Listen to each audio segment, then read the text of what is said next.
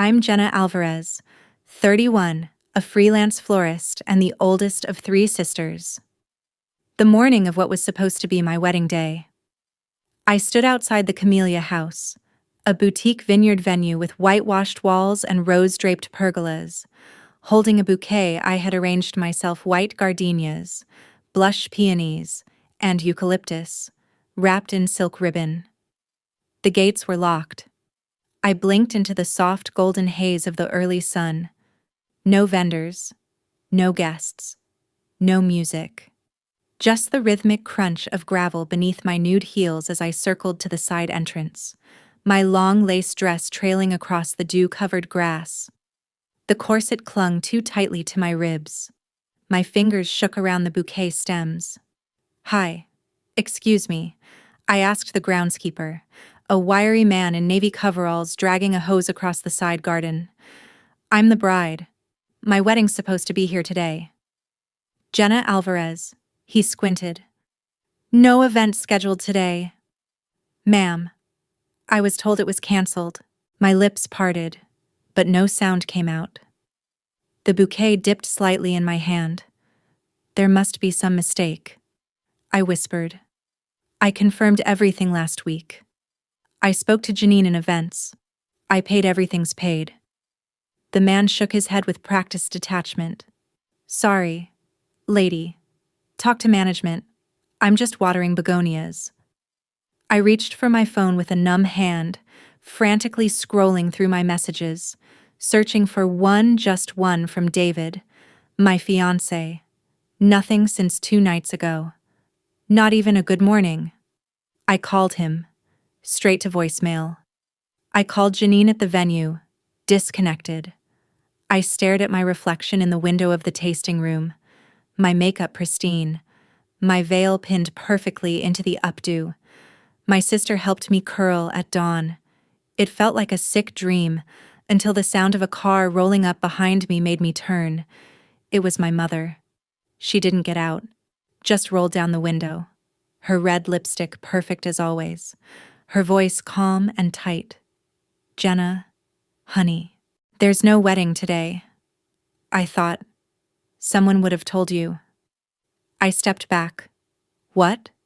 Her eyes flicked away, unable to meet mine. "David called it off yesterday. Said it wasn't the right time. Said he didn't want to humiliate you by doing it publicly. And no one thought to tell me. I assumed he had," she said. And this time, I saw it. The wrinkle of guilt in her brow. "You always make things harder when you feel cornered." I didn't want a scene. I laughed. Not a real laugh, but the kind that burns your throat as it leaves. "So you all knew." She nodded faintly. "Your sisters are with him. At his place. They said he needed support." I don't remember walking away from her car. I just remember ending up back by the vineyard gate, sitting on the curb with my dress fanned out around me, watching as a wine delivery truck pulled up, unloaded crates, and drove off. To anyone passing by, I must have looked like a runaway bride. But I wasn't running. I had been left behind. And if you've ever been left out of something that was supposed to be yours, your wedding, your family's respect, your moment, drop a comment or let me know where you're watching from. Hit like or subscribe if you've ever been made to feel invisible by the people who were supposed to love you loudest. Because that morning, I would have given anything for anyone to acknowledge me. And then, someone did. A charcoal gray Audi pulled into the gravel drive. Out stepped Nathan Carr, tall, sharply dressed, David's best man, my ex's closest friend, the one who always stood in the background, watching, silent, slightly smiling. He paused when he saw me, then he walked toward me slowly, not like I was pitiful, but like I was exactly where I was supposed to be. "Jenna," he said quietly, offering me his hand, not in pity, not in apology, just steady, warm. "You don't deserve this, and you're not going through it alone." Behind him, I heard the soft click of the gates being unlocked, And as he helped me to my feet, the workers opened the doors to the camellia house again. The bouquet trembled in my hand. So did the world. Nathan didn't ask if I wanted to sit. He guided me gently, like I was something breakable toward the courtyard bench under the canopy of climbing roses. The air smelled like crushed thyme and spilled champagne from last night's rehearsal dinner. Except now, there were no guests, no candles, no laughter, just silence and the occasional brush of wind across my bare shoulder. "Did you know?" I asked, too quietly at first. Then I repeated it louder, firmer, more brittle. "Nathan, did you know?" He didn't flinch. He sat beside me, his jaw tight. "I found out last night, after he called everyone." I turned to him slowly. "And you didn't call me? I was going to," he said. But then I thought, what if you didn't know yet? What if you were still sleeping, dreaming it was happening? "You let me wake up thinking I was getting married." "I'm sorry," he said, voice low. I didn't want to be another person you hated." I looked away, not because I forgave him, but because I couldn't bear to see the regret in his eyes. It was a real kind, the kind that doesn't defend itself. "I thought I was hard to love," I whispered. "You're not." David said I was too intense, too serious, too stubborn. Nathan gave the smallest shake of his head. "He never deserved your intensity." I had spent a year planning the wedding. I booked the venue, designed the centerpieces, wrote personal vows, sent thank you gifts after the bridal shower. I went to every fitting alone. I ironed out drama with both our families. I paid for half the deposit. I made excuses when he showed up late to everything. I smiled. I bent. I said yes. And now I sat here, on a bench that wasn't meant for grieving, in a dress that wasn't meant to be worn in silence. He said he needed to focus on himself. I muttered. He said I was distracting him from his journey. Nathan let out a short, bitter laugh. "He's on a journey, all right. A coward's journey." Something about the way he said it made me crack. Not sobbing, not yelling, but I felt the first tear slip down, then another. He didn't reach out. He didn't pity me. He just sat with me. After a long moment, he asked, "Do you want me to drive you home?" I shook my head. "To your mom's." I looked at him. "Finally. Do you think I want to walk into that house in this dress?" Nathan nodded once, then stood. "Come with me. Not home. Not anywhere weird. Just come." And I did. I climbed into the passenger seat of his car like it wasn't the strangest thing in the world to be leaving my almost wedding with my almost husband's best friend. My fingers trembled around the bouquet I still held. We drove in silence, past the bakery that had made our cake, past the park where David proposed, past the exit to the hotel where my relatives had flown in and were likely waking up to unanswered questions. When we pulled up, I recognized the place instantly. The beach house. David had once taken me there just once. A rental owned by Nathan's parents. Quiet. Tucked between the dunes. Wind chimes by the door. I remembered the wood smelled like salt and lemon. Nathan unlocked the front, then stepped aside for me to enter first. I hesitated. Then I stepped in. It was the same. Simple. Airy. Safe. No photographs. No history hanging on the walls. Just driftwood art and the sound of gulls in the distance. "Why here?" I asked. "You needed somewhere that doesn't belong to anyone else," he said. "Somewhere neutral." The word made me want to laugh again. Nothing in my life was neutral. Nathan walked into the small kitchen and returned with a glass of water. "You don't have to talk. You don't owe me anything. Just rest." But I didn't want rest. I wanted answers. "Why are you being nice to me because someone should have been from the beginning?"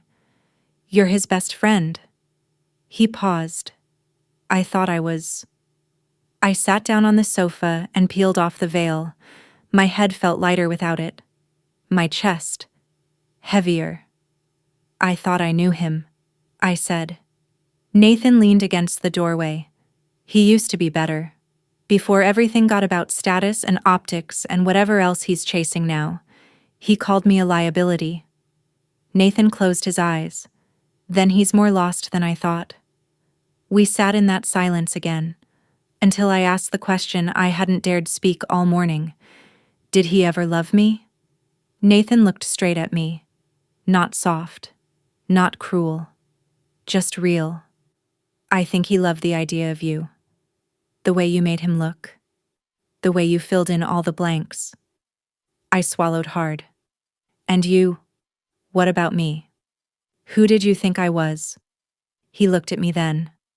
Not like a friend of a friend, not like someone's leftover story, but like I had just become mine. You were always the reason he didn't bring me around much, he said, because I saw it. How real you were. How much more you deserved.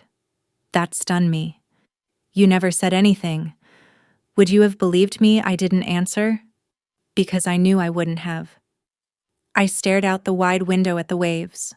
The sky was pale and bruised with early clouds. Nathan spoke again, softer. You know, my mom told me once when someone doesn't choose you, let them go, let them walk. But walk the opposite direction and walk louder. I almost smiled. I don't want to disappear today. I said, I want someone to see me. He didn't hesitate. Then let's make that happen. What does that mean? It means you're still in your dress. And there's a venue we've technically already paid for. I raised a brow. He shrugged. Say the word. Jenna, let's give them a wedding to whisper about. It sounded insane, but not as insane as spending the day mourning someone who didn't want me, so I stood, slowly, carefully. The bouquet still looked perfect. And I whispered, okay. Nathan's eyes didn't widen. He didn't smirk. He just nodded, like this had been the plan all along.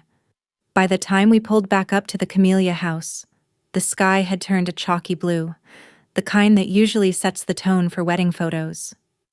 The courtyard was still empty, but someone had propped open the back gate. Maybe the staff knew something had shifted. Maybe they just wanted to see what would happen next. Nathan helped me out of the car with quiet reverence, like I was some strange artifact that had survived fire. My dress trailed behind me, still intact, but slightly damp from the beach house floor. The bouquet in my hands had wilted at the edges, but it didn't matter anymore. It felt real now. Not for show. Not for guests. Not for David. For me. And for Nathan. Inside the main hall, the white chairs were still in place from the canceled ceremony. Rows and rows of them facing the empty altar.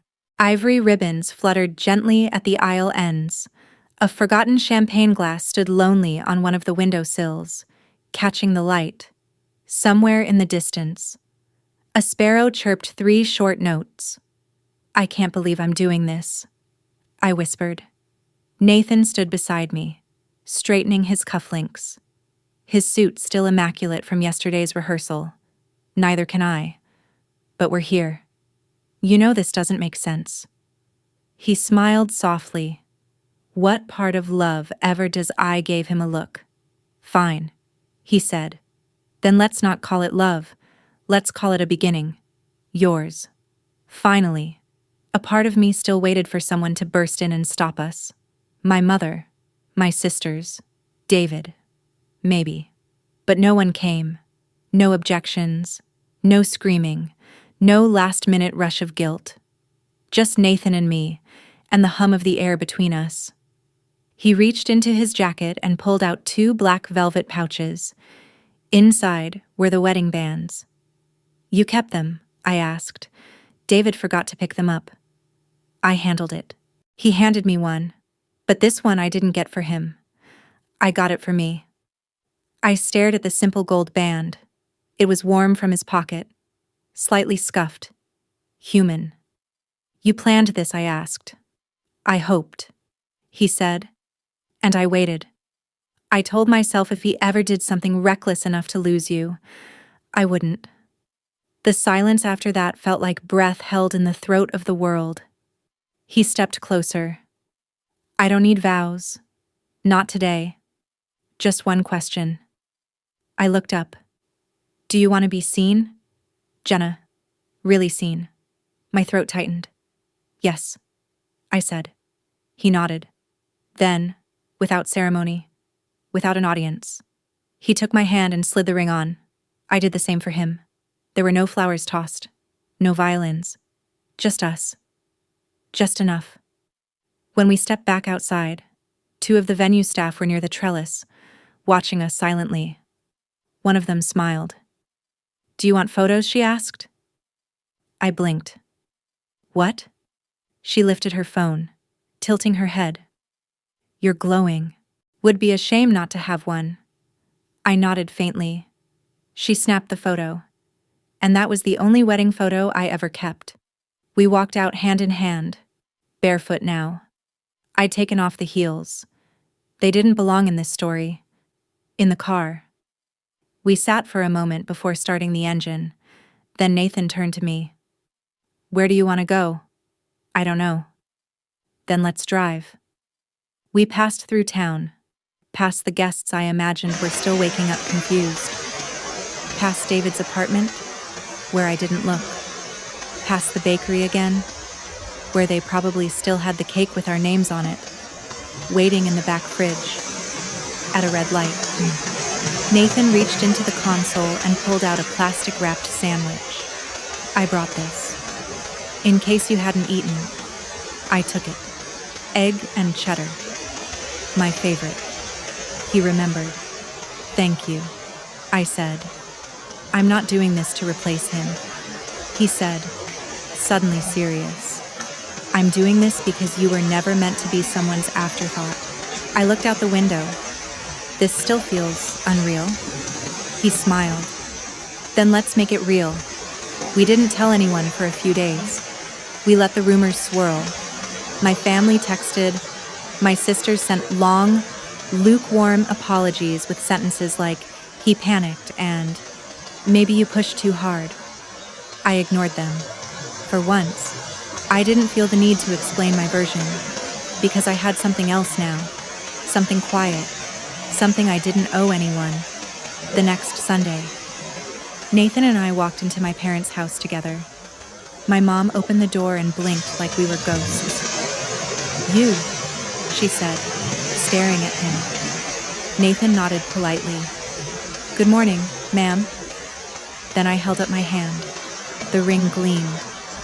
She covered her mouth. Is this a joke? She whispered. No, I said. This is a correction. Behind her. My father stepped into view. He looked from me to Nathan, then just nodded. Not in approval, not in surprise, like he'd seen it coming longer than I had. I should be angry, my mother muttered. Do you know what people will say? I know what they already said. I replied. And I'm still here. We didn't stay for long, just long enough to be seen. To make the silence end, the next week, I filed paperwork, had my name changed, moved out of my apartment. I kept the bouquet, pressed it between pages of a wedding magazine I'd never finished reading. I started designing again, floral work that wasn't bridal, just colors I loved, shapes that made me feel something. And Nathan, he came home every day with something simple in his hands, a lemon, a poem, a pine cone he found on the sidewalk and said, it reminded me of you, a little bit sharp, a little bit soft, but unmistakably alive. And I started to believe him. I wasn't what David left. I was what he couldn't handle. And Nathan, he didn't just handle me, he stood beside me like I wasn't fragile, like I was meant to bloom in the mess. And maybe, just maybe, I was The story should have ended there.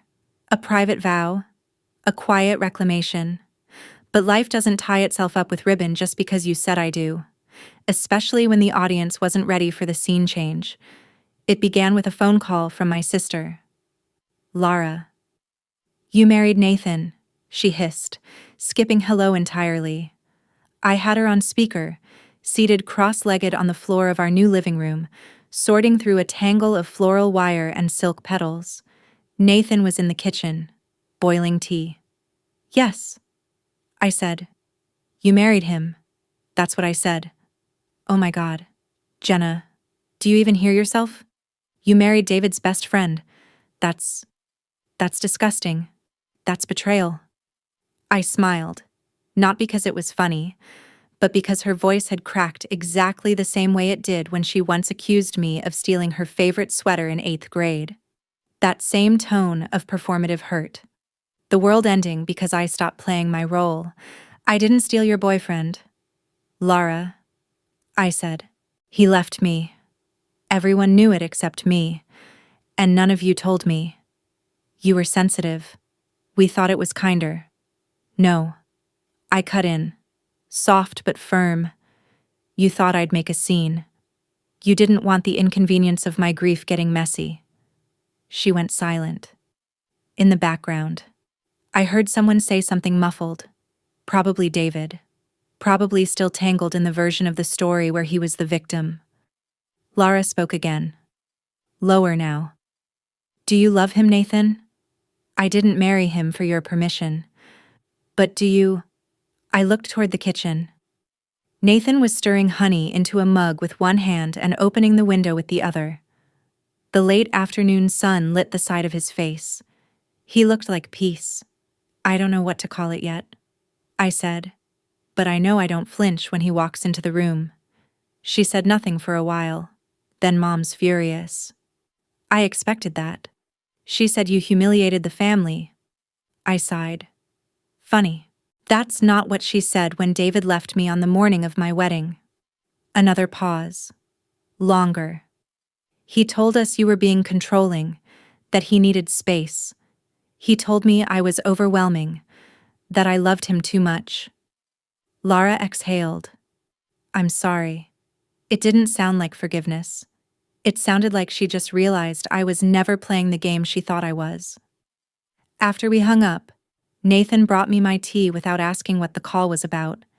Instead, he said, You want to go somewhere tomorrow, where anywhere, you don't have to answer questions. So we drove, up the coast, into the hills, past all the places that had seen me before but didn't recognize me now. We stopped at a roadside diner where no one knew my name. I ate pancakes with my fingers. Nathan spilled syrup on his sleeve. We laughed like children who had snuck out during a storm.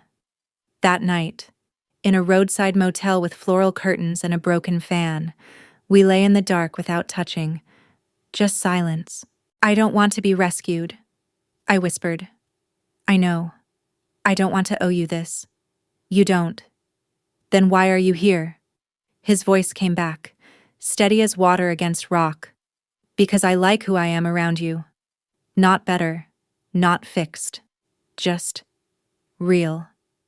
I let those words sit inside me for a while. They didn't taste like promises. They tasted like truth. When we came back into town, the narrative had already been written without me. Comments on photos, sideways glances at the grocery store. Some said I'd staged the whole thing, that I was manipulative, that I had seduced Nathan out of revenge. One of David's cousins even posted on her story, Karma comes fast for liars who trade rings like costumes. But I didn't respond, because for once, my life didn't need defending. It just needed living. Nathan and I started building a life without blueprint. We rearranged the furniture weekly. He tried learning to cook. I took on fewer weddings and more funeral arrangements. Something about grief made me feel honest. At night, we talked, not always about us, sometimes about books, about his dad, about how he used to draw cartoons in the back of math class, about how I once buried a diary under a willow tree when I was 12 and still wondered if it was there. I wish I'd met you before David, I told him once. You wouldn't have seen me then. Why not? I didn't know how to see anyone back then. Not really. I was always waiting to be asked for something. I reached out and brushed his wrist. And now I'm learning how to give without being needed. The intimacy in that was louder than any kiss, but it wasn't perfect. There were nights I still dreamed of standing alone at the altar. Woke up sweating. Breath caught in my chest. Nathan never asked. He just wrapped his arm around me like a quiet lighthouse. Once, at a mutual friend's wedding, we saw David. He was across the room, drink in hand, hair slightly longer. He saw us, saw the rings, the way Nathan held the small of my back when we danced. He didn't speak, but his eyes said enough. They said you were never supposed to do this without me. They said you were mine to walk away from, not to be chosen by someone else. That night, I cried in the car, not for David, not even for the past, but for the girl I used to be, who thought love meant waiting, who thought silence was strength, who thought being good was the same as being loved. Nathan drove in silence, let me cry, then parked at a lookout point above the city lights. Tell her something, he said gently. Tell the old you something. I took a deep breath and whispered, you can leave the story whenever you want. He didn't ask who I meant. He knew. The weeks turned to months, and with them came a strange peace that I didn't trust at first. I stopped measuring time in pain. I no longer marked the days since the canceled wedding. I didn't stalk David's social media. I didn't reread the old texts. My calendar wasn't color-coded anymore. My inbox wasn't filled with vendors or apology notes or therapy appointment reminders, just client bookings and the occasional message from someone asking, is this the Jenna Alvarez? They didn't mean it like a celebrity. They meant it like a ghost. The girl who got left at the altar, the woman who married the best man.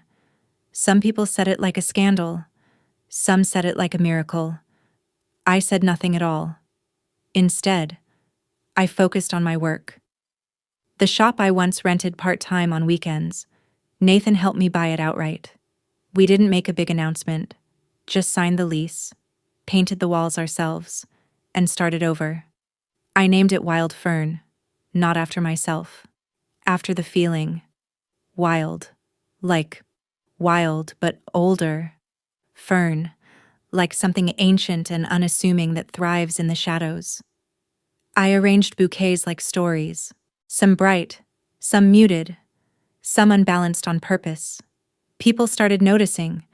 Clients came not just for weddings, but for breakups, funerals, endings, beginnings, apologies. And slowly, I realized something. You don't have to win to reclaim yourself. You don't need applause to be free. Nathan would stop by most afternoons with iced tea and whatever he picked up from the corner deli. Sometimes, he'd read aloud from his sketchbook, tiny comics, scribbled poems, observations. Once, he wrote, she doesn't smile to be seen. She smiles when no one's looking. That's the difference. He said it was about a pigeon outside the window. We both knew it wasn't. One evening, I stayed late, rearranging a dried flower installation near the front. The air was thick with lavender and dust. The radio played soft acoustic guitar. Nathan was sitting in the back office, feet up, sketching something I couldn't see. That's when the bell above the door rang. I didn't turn immediately. My hands were tangled in twine. I called out, we're closing soon, but if you're fast, it's me. The voice froze me. I turned. David stood there in a navy coat, his hair combed, his face thinner than I remembered. He looked like a shadow of the person I once begged to love me harder. I just wanted to see it, he said, eyes sweeping the space, the shop. I crossed my arms, not defensive, just still. You found it, I said flatly. He walked forward slowly, not like he belonged but like he expected to be forgiven. It's beautiful, he said. It's very you. I didn't say thank you. Why are you here? David, he sighed. Honestly, I don't know. I've been meaning to call, but I figured you wouldn't pick up. I wouldn't have. He nodded. A silence stretched between us. I could feel Nathan's presence in the back room, quiet but watchful. David looked at me again. I messed up. Yeah, I was scared. You were always so sure. I wasn't. You weren't scared, I said, meeting his eyes. You were comfortable, until I asked you to meet me where I was. He blinked. And you didn't cancel the wedding because of timing. David. You canceled it because it meant the performance was over, and you'd rather vanish than risk being seen as unsure. I didn't think you'd move on that fast. That fast, I repeated. You left me in a dress. You let me wake up on my wedding day alone. You made calls behind my back. And now you're upset that I didn't wait around for your second thoughts. His face tightened. Do you love him? He asked suddenly. I almost laughed. You don't get to ask that.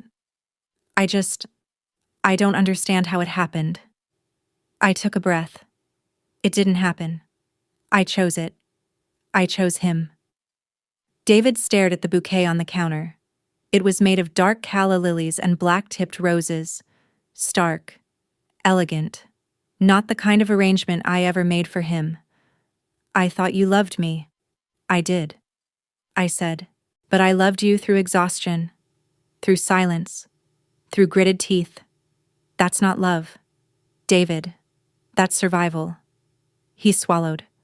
I'm sorry. I know. He stepped back, hand hovering like he wanted to touch something, then let it drop. I hope it works out, he said finally. You and him. I nodded. Goodbye, David. He lingered a moment longer, then left. When the door shut, I released a breath I didn't know I was holding. Nathan didn't ask what he said. He just came out of the office, leaned against the wall, and handed me a small wrapped box. What's this? I asked, my voice still trembling. Open it. Inside was a spool of gold-trimmed ribbon, embossed with tiny ferns. For the shop, he said, for the next chapter. That night, we didn't speak much, just lay together on the old velvet couch in the back of the store, my head on his chest, his fingers tracing idle shapes on my back. You okay? He asked. I think so. I'm proud of you. For what? For saying goodbye with grace, not fire. I thought about throwing a vase at him. I'd have backed you up. I smiled into his shirt. I don't know what we are yet, I said quietly, but I like it. He kissed the top of my head. Whatever it is, it's honest. And that's what I clung to. Not promises, not declarations, just two people in a shop full of wild things, growing without needing permission. We didn't celebrate anniversaries, at least not in the traditional way. There were no fancy dinners or candlelit getaways. Instead, Nathan would wake up on a random Tuesday, hand me a pencil sketch of something he'd drawn, my hands arranging tulips, my messy bun as I bent over a flower bed, a single petal caught in the curve of my neck, and say, I liked the way the world looked at you today. I never said it out loud, but I loved him for that, for seeing me without demanding a performance, for finding poetry in the things I once thought were too small to matter. We didn't have an audience anymore, not since the noise quieted down. The whispers stopped following us into the grocery store. The extended family invitations slowed to a halt, and even the judgmental posts vanished from Lara's account, replaced by motivational quotes and pictures of pasta, redemption through carbohydrates. Nathan had joked once. showing me her post of a spaghetti bowl under a filter titled, "Healing is Nonlinear." He knew how to make me laugh when I didn't want to. Still, there were echoes. One afternoon, I got a letter in the mail. Handwritten. No return address. Just my name in looping cursive. I opened it slowly, half expecting vitriol. But it wasn't a threat. Or an apology. It was a memory. Jenna, I don't know if you remember me. We sat together at that floral workshop in March, right before everything fell apart. You talked about how much you loved gardenias, how they reminded you of your grandmother's perfume. I remember thinking how peaceful you seemed, how sure you were. I saw the headlines afterward, the rumors, the photos. I just wanted you to know before all that. You were already blooming. No one can cancel your roots. I folded the letter back into the envelope and pressed it to my chest. Nathan came in just then, covered in soil from the garden behind the shop, his hands full of baby succulents. "You okay?" he asked, eyeing the letter. "Yeah," I said. Someone remembered me for something good." He smiled. "I remember that every day." He set the succulents down and walked over. "Come outside." The garden wasn't much, just a square patch of earth boxed in by a white trellis. We'd planted herbs and roses and let the weeds stay as long as they weren't rude. A single wooden bench sat crooked under a wind chime made of spoons. Nathan dusted it off and sat beside me. "Do you ever miss it?" he asked. "The old plan." I thought about it. The venue, the color scheme, the dress, the Pinterest board I deleted. The version of myself that had memorized David's coffee order but never her own limits. "No," I said softly. "I think I missed being chosen more than I missed him." Nathan nodded slowly, as if he understood exactly. Then he said something I didn't expect. "I asked my parents if they wanted to meet you." I turned to him, surprised. "Really?" He shrugged. "They're old school. They think it was all very scandalous." But I told them, "You're the best decision I ever made." "What did they say?" He smiled crookedly. "They said they'd like to come for dinner. If you'll cook." I laughed. "You threw me under the bus immediately." "No. I promised them the best meal of their lives. No pressure." That weekend, I cooked rosemary chicken and baked a lemon tart that refused to set. His parents arrived dressed like they were going to church formal, quiet, cautious. His mother, Maria, hugged me stiffly. His father, George, shook my hand like I was a CEO. But by the end of the night, we were sitting in the garden under fairy lights Nathan had hung at the last minute, eating soft lemon soup out of dessert bowls and laughing about how George once fainted during a school play when the spotlight hit him too hard. Maria touched my hand as she stood to leave. "You're softer than the paper said," she murmured. "I'm more than the story they told," I replied. She nodded. "Aren't we all after they left?" Nathan wrapped his arms around me from behind. "You passed the test," he whispered.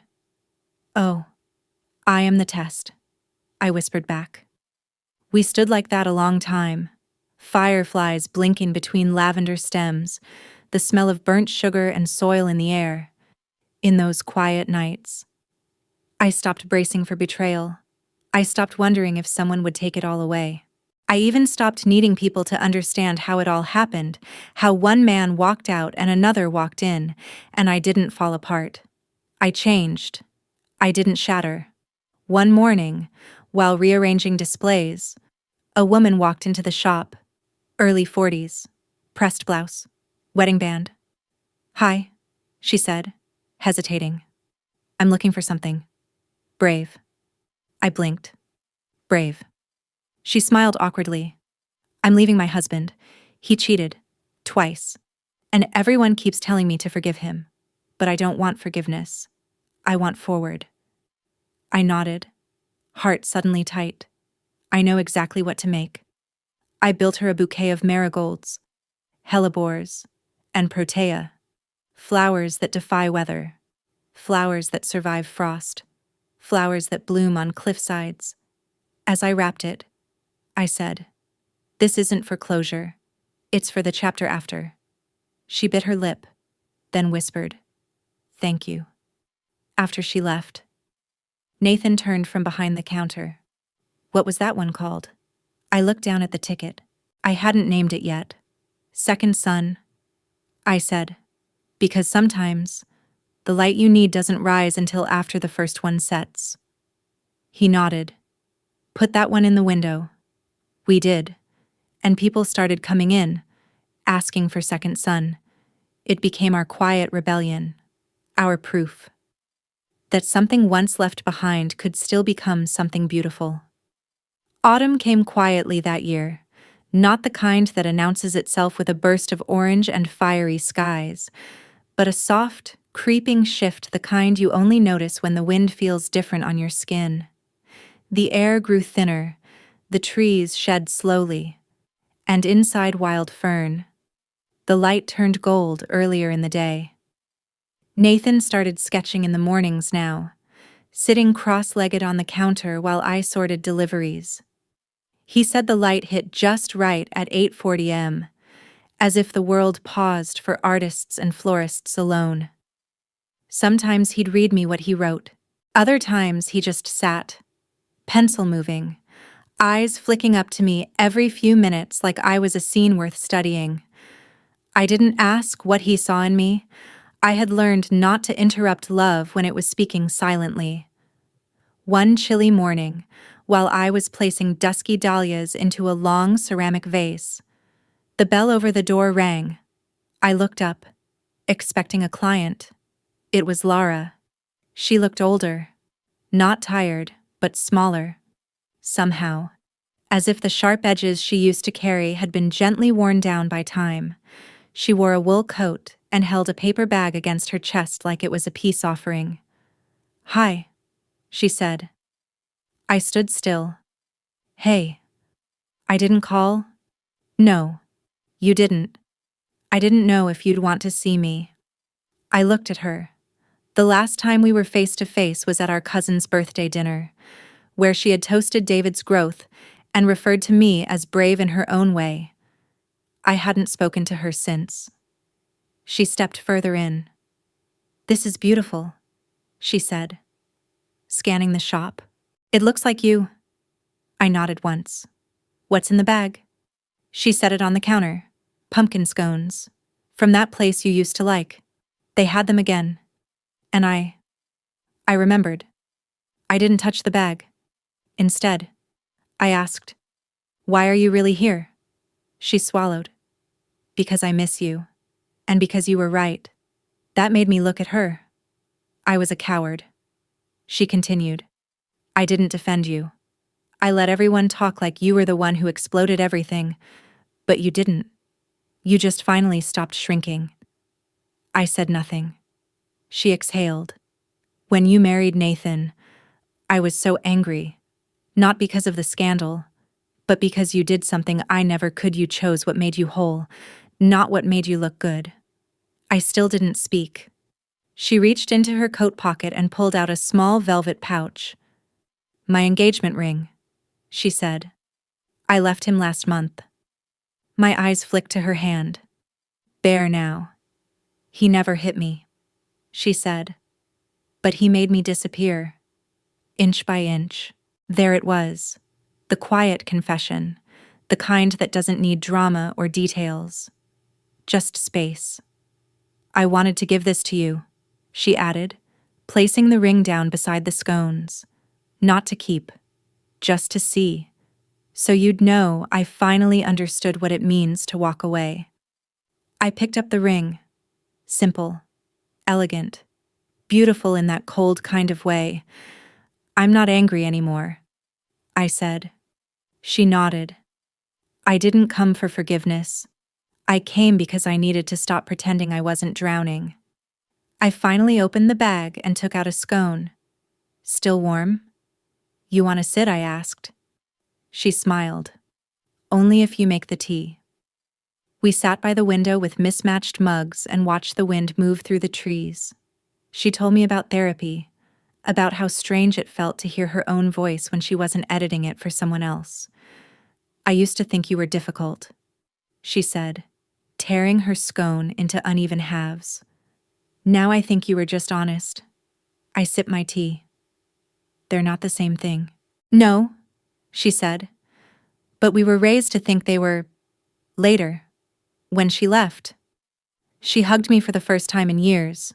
Not tight, not performative, just enough. After she walked out, Nathan emerged from the back room. She cried in the bathroom. He said, twice. She always cries quietly. She left her sunglasses. I picked them up from the counter. That's on purpose. She wants a reason to come back. He smiled, then let her. We didn't talk about it again. That night, we cooked together. Something simple, chili, cornbread, red wine. We ate on the floor in the living room with old records playing. Halfway through dinner, Nathan looked at me with this look like something had clicked inside him. I want to do it again, he said. Do what marry you. I laughed. We already did. He shook his head. No, that wasn't a wedding. That was a rescue. I want to marry you on a day that's about you. Not grief, not drama, just you. My smile faded slowly. You're serious? He nodded. Let's make it ugly. Imperfect, full of awkward speeches and crooked chairs and too much pie. Let's make it ours. I didn't cry. I just leaned forward, touched my forehead to his, and whispered. Yes. We told no one for a while. We planned it ourselves. Just 40 people. Friends who had stayed. Clients who became chosen family. Nathan's parents. Lara. We held it in the garden behind wild fern. The same bench. The same wind chime. Nathan wore a forest green suit. I wore a dress I found at a secondhand shop. No lace. No corset, just soft cotton and long sleeves. I carried a bouquet made from leftovers peonies, thistles, herbs. And when we stood in front of everyone, there were no gasps, no scandals, no need for a grand entrance. Just two people who had survived the fire and came out softer, not bitter. My vows were short. I thought I'd be ruined, I said. But then you looked at me like I was new. And now, I don't need a perfect story. I just need one I can grow inside. Nathan's were even shorter. I didn't save you, he said. You saved yourself. I'm just here to remember it with you. And then, under fairy lights and the low hum of autumn wind, we kissed. The crowd clapped. Some cried. Someone dropped a cupcake. It was messy, beautiful, real. Later, Lara hugged me and said, "Thank you for inviting me." I said, "Thank you for showing up." She smiled. "Next time, let me bake the pie." I raised an eyebrow. "You bake now, I'm learning." After everyone left, Nathan and I stood under the trellis, hands dirty with frosting and sweat. "Did it feel different?" he asked. "Yeah," I said. It felt like a beginning. He pulled me close. "Then let's build everything backwards," he whispered. "From the ashes up." And we did. Winter came soft, like it was apologizing for everything that happened before. The kind of winter that didn't rage but whispered. Bare branches, heavy skies, and a hush in the air that made even the sidewalks feel like they were holding their breath. Wild fern stayed open through the season. People still needed flowers. For graves. For babies. For reconciliations. For no reason at all. Nathan built a wood-burning stove in the back. And every morning, the scent of cedar and cinnamon drifted through the shop. I started leaving handwritten notes in each bouquet. Just a line or two. "Here's to the part of you that stayed. Even snowdrops bloom in silence. This is not your ending." People began coming just for the notes. They didn't always buy flowers. Some just stood in the doorway, read the day's line from the chalkboard, and left without a word. I didn't mind. That's the thing about pain. It doesn't need to announce itself to be seen. On Christmas Eve, the shop was quiet. Nathan was stringing lights around the window. I was dusting eucalyptus leaves with a shimmer spray. And just as the clock hit 5, the bell above the door rang. I looked up, expecting a last-minute customer. It was my grandmother, Nana Elena, 93 years old, wrinkled hands, strong perfume, blue coat she'd worn since I was a child. She hadn't spoken to me since the canceled wedding. Not out of malice, just that sharp, old-world silence passed down through women who had survived too much. She walked slowly toward the counter, her silver hair pinned tightly into a bun, her cane tapping the floor with a steady rhythm. "I hear you got married again," she said. I nodded. "Yes, to the best man." I nodded again, "To the right man." She didn't smile, not quite, but her lips curled at the corners like she was fighting one. "About time someone in this family stopped asking for permission," she said. Then she reached into her bag and pulled out a small wooden box. Inside was a brooch, silver, leaf-shaped, a tiny emerald in the center. "I wore this the day I ran away from my first engagement," she said. "I told everyone I was going to the dressmaker. I went to the train station instead." I stared at her. "You ran, oh, yes." He was dull as wet bread. "Your grandfather met him in a bookstore a week later, married him with a fake ring and a borrowed dress." I took the brooch in my hands. It was heavier than it looked. "I want you to have it," she said. "For memory, not sentiment. Thank you. Nana." She leaned in, whispered, "Never let them make you choose quiet over truth." Then she left. Nathan came up behind me, wrapping his arms around my waist. "That your infamous grandmother?" I nodded. "Turns out, she's been wild this whole time." He kissed my shoulder. "It runs in the blood." New Year's came with snow. Not heavy, just enough to remind us we were still in motion. Nathan and I hosted a small dinner at the shop. Mismatched chairs, paper lanterns, vinyl records, and apple cider, and too many kinds of soup. Lara came, this time with flushed cheeks and no apologies. She helped me plate dessert and left with a promise to return in spring. At midnight, Nathan and I stood outside the shop, coats over pajamas, our breath forming small clouds between us. "What would you have told yourself a year ago tonight?" he asked. I looked up at the stars, thought about that girl in the white lace dress, sitting on the curb with her bouquet in her lap. I'd tell her it's okay to let the story end before it makes sense. He nodded. I'd tell myself not to wait for the fire to start over. Sometimes ash is fertile. In January, I taught my first workshop. It was small 5 women in folding chairs, each with a bundle of stems and a pair of clippers. I taught them how to arrange instinctively. No symmetry, no rules, just emotion and shape. One woman cried while placing hydrangeas into a jar. Another said, "I've been quiet for years. This makes me feel loud again." I didn't say anything profound. I just let the silence between us hold what needed to be held. Nathan took photos from the back of the room. Not for social media, for me. Later, he printed one of them, my hands adjusting a sprig of rosemary in a student's bouquet. A soft smile just visible on my face.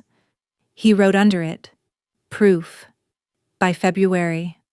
Wild Fern had a wait list. Not for flowers, for stories.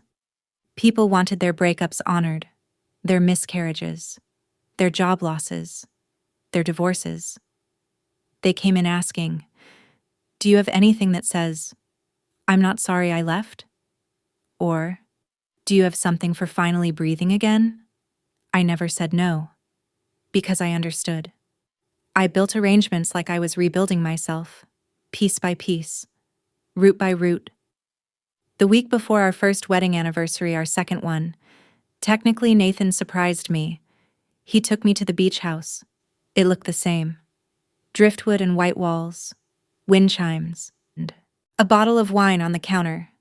I stood there, barefoot, staring at the same spot where I'd once cried in my dress. He pulled something from his coat pocket. A photograph. It was the first photo taken after David left me. Me on the curb, bouquet in hand, veil slipping, eyes wide and stunned. "Why would you keep this?" I asked, startled. "Because you were still standing." He turned the photo over. On the back, he'd written, "This is not where it ended. This is where you began." I started to cry then. Really cry.